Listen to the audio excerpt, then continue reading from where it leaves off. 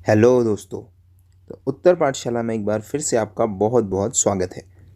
और आज हम बात करेंगे दोस्तों 13 जुलाई से उत्तराखंड के रिलेटेड सभी इम्पोर्टेंट करंट अफेयर्स के बारे में, जिसमें हम बात करेंगे काशीपुर में क्यों फिर से लग गया है लॉकडाउन। उसके साथ ही हम काशीपुर के ऊपर भी डिस्कशन करेंगे। एक और सरकारी नौकरी किस विभाग में है, क्या क्या योग्यताएं चाहिए उसके बारे में, और साथ ही देहरादून पुलिस की एक पहल के बारे में जो कि आत्महत्या रोकने के लिए की गई है।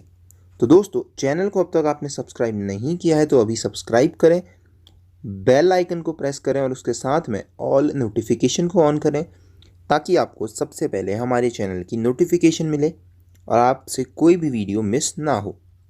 चलिए शुरू करते हैं। तो देखिए, काशीपुर के अंदर 48 घंटे का एक कंप्लीट लॉकडाउन फिर से लग गया है। तो एसेंशियल कमोडिटीज़ को छोड़कर लगभग हर चीज़ को फिर से लॉकडाउन में रख दिया गया है। और सैटरडे मॉर्निंग में जब केस दोबारा से राइज हुए काशीपुर के अंदर एकदम से बढ़े, तो उसके बाद से क्या किया गया है, काशीपुर के अंदर 48 घंटे का कंप्लीट लॉकडाउन लगा दिया गया है। और अगर कोई भी वायोलेशन करता हुआ दिखता है लॉकडाउन का, तो उस पर जो कार्यवाही होगी वो होगी डिजास्टर मैनेजमेंट एक्ट 2005 के अंदर। तो आपको याद रखना है कि इस पूरे के पूरे जितना भी ये लॉकडाउन का टर्म रहा, इसमें अगर किसी ने लॉकडाउन को प्रॉपरली फॉलो नहीं किया या रूल तोड़े, उसके ऊपर जो कार्यवाही हुई वो हुई थी डिजास्टर मैनेजमेंट एक्ट 2005 के अंदर दोस्तों। डिजास्टर मैनेजमेंट एक्ट 2005 के अंदर हुई थी दोस्तों।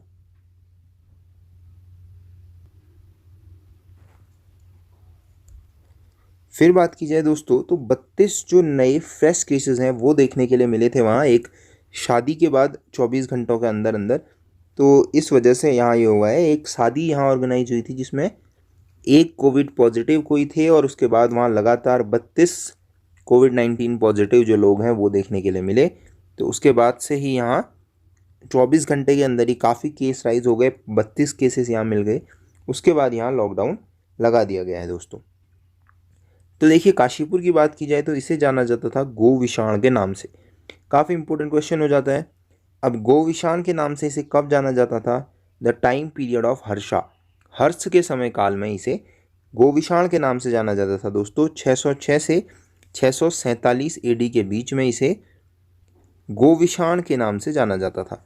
तो अब आप मुझे कमेंट बॉक्स में आंसर देंगे हर्षचरित, या आप हर्षा देख रहे हैं राजा, इनके बारे में वर्णन है हर्षचरित में। तो हर्षचरित जो पुस्तक है उसके रचयिता कौन है, किसने हर्षचरित किताब लिखी है? कमेंट बॉक्स में आप मुझे बताएंगे हर्षचरित किताब किसने लिखी है। काफ़ी इंपॉर्टेंट क्वेश्चन है दोस्तों।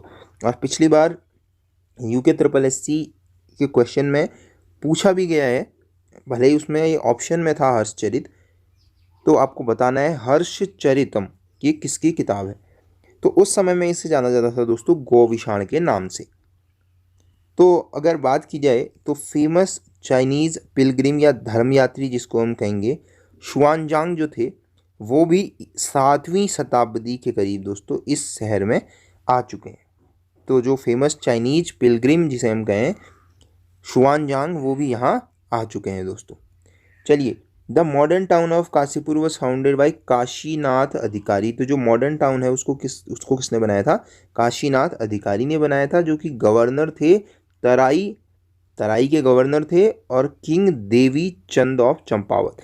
तो चंपावत के राजा थे देवी चंद और उनके गवर्नर थे दोस्तों, तराई के गवर्नर थे काशीनाथ अधिकारी। उन्होंने इस शहर को बनाया है। तो ये शहर कब बनाया है, कब ये काशीपुर शहर बनाया गया, इसके ऊपर भी काफ़ी विवाद है।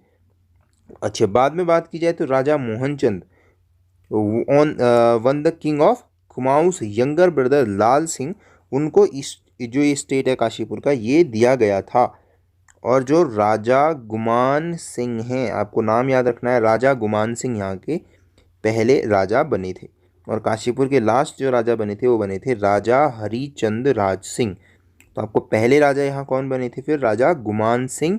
और उसके बाद काशीपुर के जो अंतिम राजा बने थे वो बने थे राजा हरिचंद राज सिंह। चलिए, यहाँ आपको क्या क्या देखने के लिए मिल जाएगा बताइए। द्रोण सागर झील, तो द्रोण सागर झील आपको यहाँ मिल जाएगी। मोतेश्वर महादेव मंदिर यहाँ मिल जाएगा आपको। माँ बाला सुंदरी मंदिर है। चैती मेला है, गुरुद्वारा श्री ननकाना साहिब है, तुमरिया डैम है, गिरी सरोवर है। तो ये चीज़ें आपको मिल जाएंगी। आर्य समाज मंदिर और श्री साईं धाम ये याद रखने की ज़रूरत नहीं है। द्रोण सागर लेक है, मोतेश्वर महादेव मंदिर है, बाला सुंदरी मंदिर, चैती मेला आपको याद रखना है काशीपुर के लिए, गुरुद्वारा श्री ननकाना साहिब, तुमरिया डैम और गिरी सरोवर ये आपको याद रखना है। ये आपको काशीपुर में देखने के लिए मिल जाएंगे। चलिए, देवस्थानम बोर्ड के फैसले पर खुद बीजेपी के सांसद ने सवाल उठाए हैं। तो देखिए, इससे पहले आपने देखा देवस्थानम एक्ट जो था उसके ऊपर पहले से ही जो सुब्रमण्यम स्वामी हैं बीजेपी के नेता, उन्होंने पहले से ही क्या किया, एक पीआईएल डाली हुई है दोस्तों। और अब उत्तराखंड के नैनीताल उधम सिंह नगर लोकसभा सीट से सांसद और बीजेपी के पूर्व प्रदेश अध्यक्ष अजय भट्ट ने देवस्थानम बोर्ड के फैसले पर कुछ सवाल उठाए हैं। तो इनका कहना है कि अगर इसमें कोई प्रॉब्लम है, इस एक्ट के द्वारा कोई प्रॉब्लम है, अगर कोई दिक्कत आ रही है तो इस पर पुनर्विचार करना चाहिए और इसको पूछा जाना चाहिए था। लागू करने से पहले, इस एक्ट को पास करने से पहले पूछा जाना चाहिए था। चलिए, इसके बारे में वैसे भी आपको मैंने काफ़ी कुछ बताया हुआ है। देवस्थानम एक्ट जो है दोस्तों, ये मंदिरों को अपने कंट्रोल में लेता है, सरकार के कंट्रोल में देता है। सीएम इसके हेड होते हैं, चीफ मिनिस्टर इसके हेड होते हैं और जो ब्यूरोक्रेट्स होते हैं, जो आईएएस अधिकारी होते हैं, उनके हवाले से इसे चलाया जाता है। तो ये सभी मंदिरों को उस हिसाब से चलाया जाता है। लगभग 51 मंदिर हैं, 4 धाम शामिल हैं। इनका पूरा का पूरा नियंत्रण, नियमन जो है वो इसी एक्ट के द्वारा किया जाएगा। चलिए, पुलिस ने कोविड कंट्रोल रूम में स्थित कॉल सेंटर का नंबर जारी किया है दोस्तों। आप देख सकते हैं, ये वो नंबर है जो देहरादून पुलिस ने जारी किया है। अगर किसी को कोई भी किसी भी तरीके की समस्या है, अगर आपके दोस्त हैं, आपके फैमिली मेम्बर हैं या आप खुद भी हैं, इस तरीके की अगर कोई समस्या है जिसमें ये लगता है कि कोई मेंटल स्ट्रेस है या किसी भी तरीके की कोई समस्या है, तो इस नंबर पे हम कॉल कर सकता है, कोई भी आदमी कॉल कर सकता है। तो आप देख सकते हैं, इसमें अगर कॉल किया जाएगा तो क्या होगा, डॉक्टरों की एक टीम है, वो क्या कर सकती है, काउंसलिंग करेगी और समस्याओं को दूर करने में पुलिस को सहयोग करेगी। तो ये किया क्यों गया है दोस्तों, उत्तराखंड में लॉकडाउन के बाद सबसे ज़्यादा आत्महत्या के मामले देखने में आए हैं। जो 4 महीनों में उत्तराखंड में लगभग 230 सुसाइड केस सामने आए हैं दोस्तों, 230 सुसाइड केस सामने आए हैं। और जून में देहरादून में 38 लोगों ने सुसाइड किया है दोस्तों, और ये सभी 16 से 40 साल की उम्र के बीच के लोग थे। तो इन बढ़ते मामलों को देखते हुए दून पुलिस ने ये नंबर जारी किया। तो अब कोई भी व्यक्ति अगर किसी समस्या से गुजर रहा है या डिप्रेशन से जूझ रहा है, तो उसके परिजन या मित्र जो हैं वो पुलिस की मदद ले सकते हैं, इस नंबर पे कॉल कर सकते हैं और डॉक्टरों की एडवाइस मिल जाएगी और पुलिस का पूरा सहयोग वहाँ पे मिल जाएगा दोस्तों। अगर रिसेंटली बात की जाए तो एक और केस आया है, देहरादून में ही है, सुशांत सिंह राजपूत की आत्महत्या के बाद का वो केस है। एक और 12th में पढ़ने वाली छात्रा ने सुसाइड किया है। तो इस तरीके के केसेस को रोकने के लिए ही क्या हुआ है दोस्तों, ये जो नंबर आप देख रहे हैं, ये नंबर देहरादून पुलिस ने जारी किया है। चलिए, उत्तराखंड में सरकारी नौकरी की तलाश करने वालों के लिए एक अच्छी खबर है। तो राष्ट्रीय बीज निगम ने 220 सहायक प्रशिक्षु प्रबंधन प्रशिक्षु पदों के लिए रोजगार समाचार 9 जुलाई को प्रकाशित किया है। तो ये जारी किया गया है, सरकारी नौकरी राष्ट्रीय बीज निगम में। तो इसमें 23 से 30 वर्ष के अंदर की आयु के लोगों को भरना है। शैक्षणिक योग्यता देख लीजिए, 12th है, ITI, diploma, graduation, engineering degree, BE, BTech, LLB, तो ये सभी भर सकते हैं। पदों का नाम देख लीजिए, 220 टोटल पद हैं। सहायक ग्रेड 1, प्रबंधन प्रशिक्षु, वरिष्ठ प्रशिक्षु, डिप्लोमा ट्रेनी, प्रशिक्षु और प्रशिक्षु मेट, तो ये सारे जो हैं यहाँ पद हैं। बात की जाए दोस्तों आयु सीमा की, तो 25 से 30 वर्ष के अंदर होनी चाहिए। 23 साल भी इसमें किसी किसी पोस्ट के लिए जॉब है, आप देख सकते हैं 23 से 30, किसी किसी पोस्ट पर 23 भी चलेगी।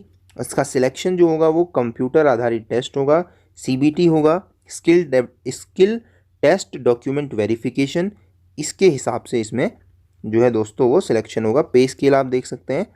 तो इस तरीके से दोस्तों इसकी जो अगर फ़ीस है, जर्नल की आप फ़ीस लें तो लगभग 1000 है। SC ST OBC की अगर बात की जाए तो लगभग 500 रुपये जो है दोस्तों वो इसकी फ़ीस होने वाली है। लिंक मैं आपको डिस्क्रिप्शन में दे दूंगा, वहाँ से भी आप इसका फॉर्म भर सकते हैं।